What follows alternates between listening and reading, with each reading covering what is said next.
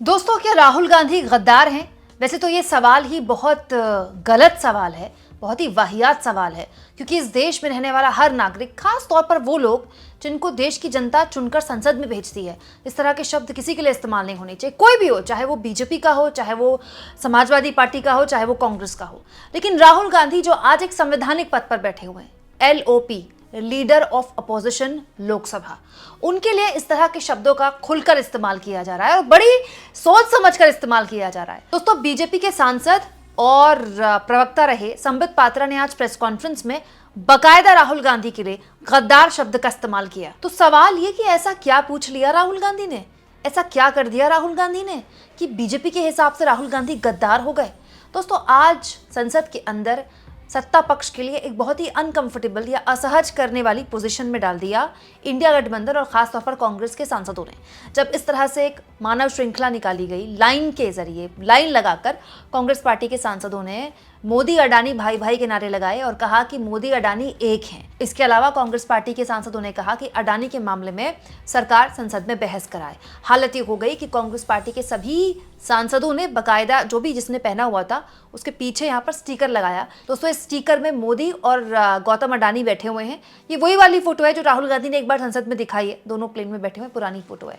और इस फोटो के जरिए संसद के अंदर कांग्रेस पार्टी के सांसदों ने मोदी अडानी भाई भाई के नारे लगाए और ये मांग की कि इस पूरे मामले में संसद में बहस होनी चाहिए और जेपीसी की डिमांड की, जो कि कांग्रेस पार्टी पहले दिन से कर रही है। लेकिन सवाल ये दोस्तों कि अडानी का नाम जैसे ही संसद परिसर में गूंजा, बीजेपी तिलमिला गई, इतना तिलमिला गई कि राहुल गांधी को गद्दार कह दिया। और आज के इस प्रेस कॉन्फ्रेंस में एक त्रिकोण बनता है। We are going to talk about this dangerous triangle which is trying to destabilise India. और ये जो त्रिकोण है, इसमें एक तरफ अमेरिका में बैठे जॉर्ज सोरोस, उनकी फाउंडेशन है, कुछ अमेरिका की एजेंसीज भी हैं। त्रिकोण के एक बहुत बड़ी न्यूज पोर्टल है जिसका नाम OCCRP, organised crime and corruption reporting project, जिसके विषय में आप सब पत्रकार हैं, आप सभी जानते हैं, वह है। और त्रिकोण के जो आखिरी कोने में, जो सबसे महत्वपूर्ण कोना जो हिंदुस्तान से संबंध रखता है, उस कोने में राहुल गांधी है, traitor of the highest order. और आज जब मैं ये शब्द प्रयोग कर रहा हूं तो मुझे किसी प्रकार का भी भय नहीं है, क्योंकि मैं भारतीय हूं। मेरे लिए मेरे पार्टी ने सिखाया है राष्ट्र प्रथम, party next and self last. मुझे आज LOP, लीडर ऑफ अपोजिशन, को देशद्रोही कहने में किसी प्रकार की कोई संकोच मुझे महसूस नहीं हो रहा है। और अभी मैं पूरा ताना बाना आपके सामने बड़े ही सिंपल शब्दों में रखूंगा ताकि देशवासी इसे समझ सके। अब दोस्तों, ये जो बात संबित पात्रा कह रहे हैं, अब इसे आप संयोग कहेंगे या प्रयोग, यही बात आज लोकसभा और राज्यसभा दोनों जगह बीजेपी के सांसदों ने उठाई। और आप गारंटी लिख के ले लीजिए कि यही बात न्यूज चैनल्स के प्राइम टाइम में भी आज उठाई जाएगी। दोस्तों, संबित पात्रा जो बोल रहे हैं, इसका जवाब तो मैं आगे आपको दूंगी, लेकिन ये बता दूं, ये जो प्रेस कॉन्फ्रेंस संबित पात्रा ने की है, जिसमें वो देश के खिलाफ साजिश के 3 कोण बता रहे हैं, वो बाद में हुई। पहले निशिकांत दुबे ने यही बात आज लोकसभा में बोली, सुनिए।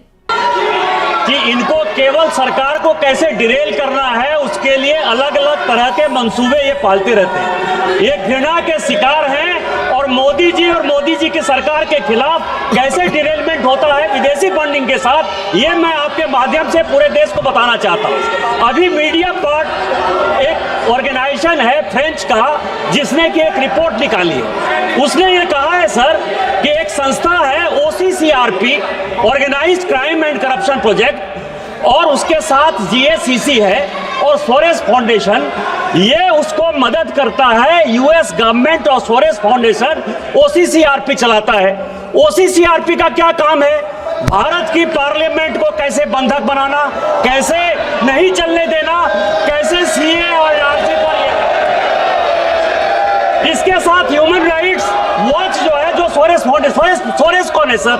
सोरेस पूरी दुनिया के इकोनॉमी को कैसे डिरेल करता है, मैं केवल संरक्षण चाहता हूं सर, और मैं केवल 10 क्वेश्चन पूछना चाहता हूं। मेरा यह है सर कि बैंक ऑफ इंग्लैंड को 1991 में सोरेस ने भंग कर दिया, डिरेल कर दिया, उसके कारण उसको 6 बिलियन का फायदा हुआ। आज वो भारत की इकोनॉमी को डिरेल करना चाहता है। ओसीसीआरपी कोई भी रिपोर्ट यदि बनाएगा, तुरंत कांग्रेस पार्टी उसको ट्वीट करेगी। जैसे ही निशिकांत दुबे ने यह बात बोली, संसद में हंगामा मच गया। गौरव गोगोई खड़े हो गए और उन्होंने अडानी का नाम ले लिया।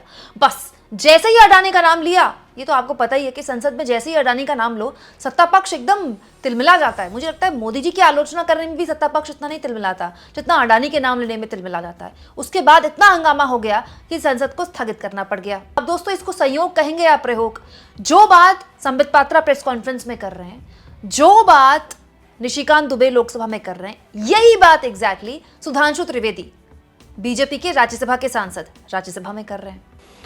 जब से भारत श्री नरेंद्र मोदी जी के नेतृत्व में एक उभरती हुई सामरिक, आर्थिक और कूटनीतिक शक्ति बनकर उभरा है, तब से यह बहुत सहज रूप से देखा जाने लगा है, विशेषकर विगत 3 वर्षों से, जब से भारत को विकसित भारत बनाने का लक्ष्य रखा गया है, कि विदेश की बहुत सी ऐसी गतिविधियां हैं जो भारत की व्यवस्था के आर्थिक पक्ष, भारत की व्यवस्था के नैतिक पक्ष, सामाजिक पक्ष पर आक्रमण कर रही हैं। इस संदर्भ में एक रिसेंट जानकारी आई है जिसे हम कह सकते हैं organised crime and corruption reporting project. A French publication has recently published its own report based on its investigation on the Sarajevo-based OCCRP, Organized Crime Corruption Reporting Project. This new report of the media report has claimed. You will lay the report on the table of the House. जी, Go ahead. आज इस report के अनुसार यह कहा गया है कि इस प्रोजेक्ट को फॉरेन गवर्नमेंट्स की फंडिंग है और उसका फोकस इंडिया के ऊपर भी है, और इस फॉरेन गवर्नमेंट की फंडिंग के साथ साथ जॉर्ज सोरोस के साथ भी इनका कनेक्शन है।